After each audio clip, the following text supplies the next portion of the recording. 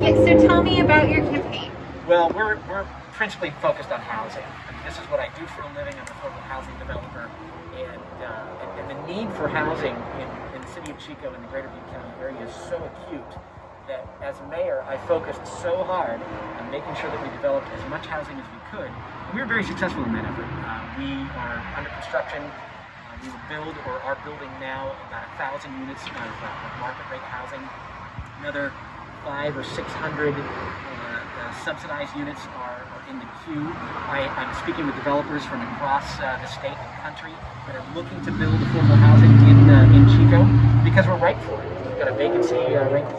The need here is so tremendous, and the housing the funds that are available from the governor. I was meeting with the governor last February, and he was pushing $1.7 billion towards affordable housing in the state, which sounds great. And it is, but we used to spend $1.5 billion every single year throughout the state of California. So the money's there because we're in triple disaster zones.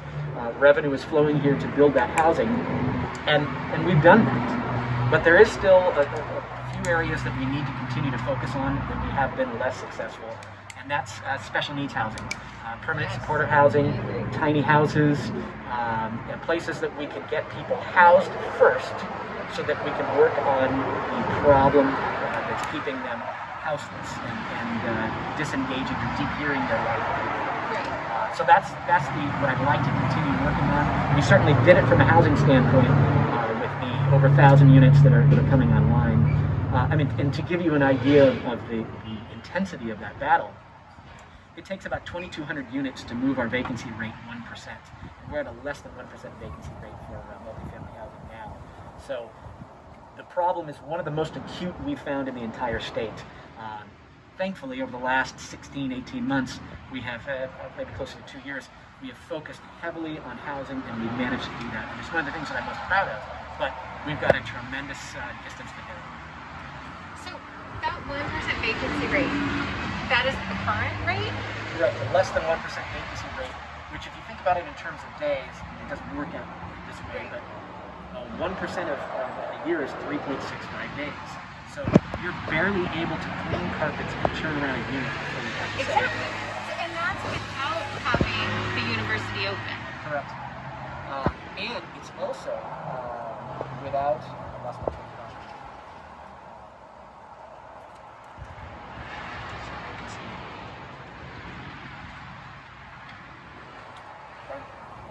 So if the university were open, we would literally have a zero vacancy rate right now. Well, what ends up happening in reality is other housing units, substandard, Class C as we'll call them, units, end up being exploited. So you end up, residents end up being exploited because of that low, very, very low vacancy rate. So a 1-bedroom, 1-bath, substandard house with holes in the wall ends up renting for $1,500 a month because the people that are paying for it are people that can only get the housing. So having such a low vacancy rate impacts rents throughout the community for everyone, but it also makes it harder and harder for units to be maintained, and exploiting lower income residents, people that have disabilities. Their rents go way up, and they still are not living in safety. People don't have proper bathrooms. They don't have transportation, which affects behavioral. Which furthers the problems with other housing. So if you're on Social Security and you're making $1,000 a month, you can't afford to pay $1,500 a month for a hole in the wall. It literally has holes in the walls. Right.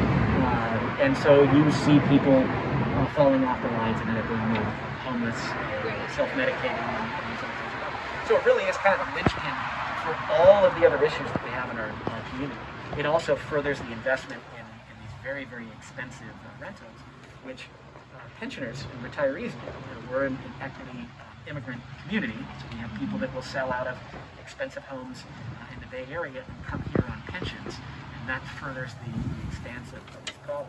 If we suffer pension difficulties in the near future, and I think we will, then you're going to see that risk moving forward on the housing. We're going to need to put the money someplace, and this is certainly a place that we've seen exponential growth in terms of these rents. So we've been lucky enough to have put some tenant protections in place to make sure that tenants are not totally priced out of their homes. But I'm concerned about what that will look like going forward if we aren't taking the necessary steps to fix it. So I think it's crucially important that we have someone on city council that is a financial planner and really understands budgets and the markets and financing, because without that, we're lost. I mean, if we're talking pensions, this is what I do for a living. This is something that I've been passionate about and an activist about for the better part of 20 years, over 20 years. And something that people do not understand. I think people perceive pensions as 401ks, and Right. they end up being extremely costly for administration. Right now, there's a suggestion that we issue pension obligation bonds, which devastates our municipal budget. But again, that's a concept that eyes glaze over to almost every community member that I talk to about that. And yet at the same time, it's so detrimental that that's really the risk. If you have council members that are not familiar with this, they don't understand the impacts for such a big decision that could and would permanently devastate a jurisdiction like Chico. Are there any other cities that this has damaged in the past? Yes, pension obligation bonds are almost resoundingly rejected as nightmare financial launches. San Bernardino and Stockton both declared bankruptcy exclusively because of their pension obligation bonds. There are lots of reasons why a community can suffer bankruptcy, but this one devastates a community permanently. And it devastates retirees. I mean, if you're a CalPERS pensioner and a pension goes bad, the average range of return post-receivership, post-bankruptcy, if you will, of the pension is 63%. So as people were walking around expecting, let's say they were making $100,000 a year from their pension, which is a pretty high pension, they're all of a sudden stuck with just $63,000 a year and no cost of living adjustments. So I can't tell you what that looks like to the mom and pop shops in town if we were expecting retirees who are coming here in large numbers. And if Prop 19 passes, I think that will enhance the problem statewide. But as those the pensions become bad, you have more and more people that are needing more revenue to continue their lifestyle. In a community like Chico, that could devastate all of the businesses. So it's sort of gloom and doom. I don't think that we're going to do that in the city. I think learning from San Bernardino and Stockton, I speak with these communities and their leaders, their city managers, their finance directors, and their council members throughout the state, as I've been doing for my entire 8 years on council, and discussing what mistakes that they made. And this is number one, the biggest mistake these communities have made. But in that effort, it's an opportunity to learn how that mistake occurred and what steps they took in order to ameliorate the problems after the fact. I think that's one of the crucial things that people need to know about you is your ability to network and your ability to step out of the Chico box and reach out to other areas so that we can learn from not only their mistakes but their successes and to bring those to our area. I think that's really important, and you do that so well with the different organizations and groups that you join outside of our area and give your private time to learn from and then bring that knowledge back to our area. I think is so important, and not something that you really talk about publicly, but so important to our area. And I was speaking with the CEO of CalPERS just 2 days ago, along with the city's board members for CalPERS. And the risks here are tremendous and very dangerous. We have a risk-free rate of less than 1%, and CalPERS is targeting for a 7% discount rate emerging between your 30-year and 10-year. I can see your eyes glazing over, and I don't blame you. But this is what I've done my entire personal, professional, and academic life, focused on housing and municipal economics. And there are tremendous concerns on the horizon, and we've managed those very well. I have to commend staff for just really a fantastic job. But right now we're seeing something else going on, and there's an attempt to shore up pension costs, either through sales tax measures or other issues that really put Chico in a very short-term and long-term precarious position. And I don't care where I am in the state of California as I'm meeting with these council members. This is universally one of the really bad actions to take. Unfortunately, at our last finance committee meeting, there were no community members, there was no media, and so this is kind of the environment that we're working with. And I shudder to think that we would be passing on a torch to people that not only have no knowledge of this, but are advocating positions that are detrimental to the city's financial and criminal and housing orders. No, listen, municipal economics are crucially important, but no one realizes how important they are. Exactly. Yeah. Until mistakes are made, bad choices are made, and then we're all living with the results of those bad choices.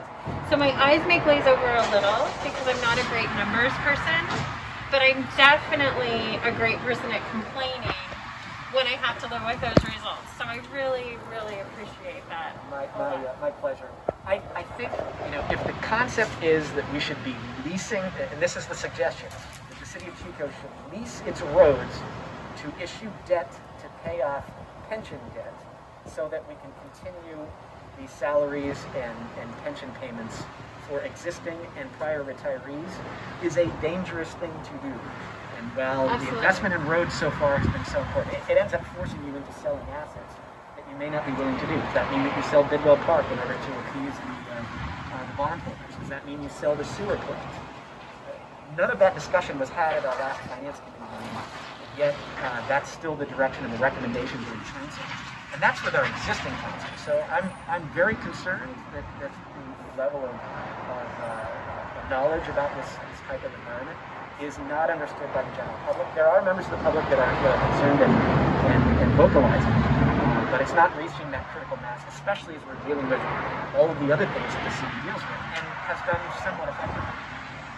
Having to regulate COVID businesses, our code enforcement, making sure that the Esplanade and investment in roads continues so that we can clean up some of the potholes and problems.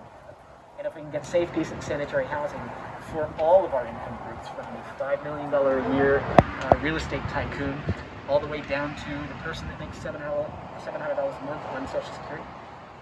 These people all are in our community. I flippantly like to say matters neither created nor destroyed, because these people aren't going anywhere. Grown up here, you've lived here your entire life, you're not going anywhere. So the only solution we really have to fix some of the social welfare problems is to build housing, safe, decent, and sanitary, permanent, supportive housing. And that takes care of a lot of the problems. And if you want the example for how well that works, you can see it right here in District 5. Again, Columbus Avenue was a dangerous street when I first I came to Chico 27 years ago. Yep. Now, it's idyllic. On the other side of North Cedar for the better part of a decade. We've had longer than that. Yes. I met my wife at 835 West 4th Avenue. So the West 4th Avenue and North Cedar section of town is very near and dear to me. And so what used to be a bad street on North Cedar has had tremendous investment, market rate housing, unfortunately. But the increase in economic activity and development has caused a lot of those crime problems to either disappear or move to other sections of the city. So we're doing it right here in District 5. You can see this here with Mondo's and the investment in this area. It's going well. But what we are missing are the lower income residents, permanent supportive housing. And that's citywide. Yes. We're not building that in District 5, we're not building that in District 7 or District 1 or District 2. We still have these issues in this community. But you can see the examples of the increased investment in this area. We just have a bigger problem to keep rents down and providing that vacancy. Building up to that vacancy is what fixes that problem. With a less than 1% vacancy rate, you're going to be exploiting your lowest income residents, which is going to push them out into an environment of homelessness, and then self-medicating because of the other problems. So we know what the solutions are. We've seen it work in this very district. We've seen it work in other sections of the community. The entire city deserves this benefit, and District 5 at least recognizes that value. So I'm hoping to continue the work that we've done, focusing it more on safety and sanitary permanent supportive housing, as well as working on some of these finance issues. When I first was elected council, we had a $9 million debt and a $12 million budget deficit. the very people that started and triggered and caused and led us into that hole are the very people that are looking to sell pension obligation bonds, debt to pay off further debt, rather than adjust the metrics for employee compensation. And putting that kind of pressure on a CalPERS system to expect us to pay those pension debts later on down the road puts strain on the entire system. And if you're receiving a CalPERS pension or expecting to, you were expecting 100% of that pension with a cost of living adjustment probably. That goes away with about a 63% return. What that looks like on Main Street, rather than CalPERS in Sacramento, what that looks like on Main Street is a reduced economic activity that's tremendous. With a housing decline on top of that. So I like to shore that up. This is what I do for a living and have been doing for my personal, professional, and academic life. Everything I've done has been focused on housing affordability and municipal economics.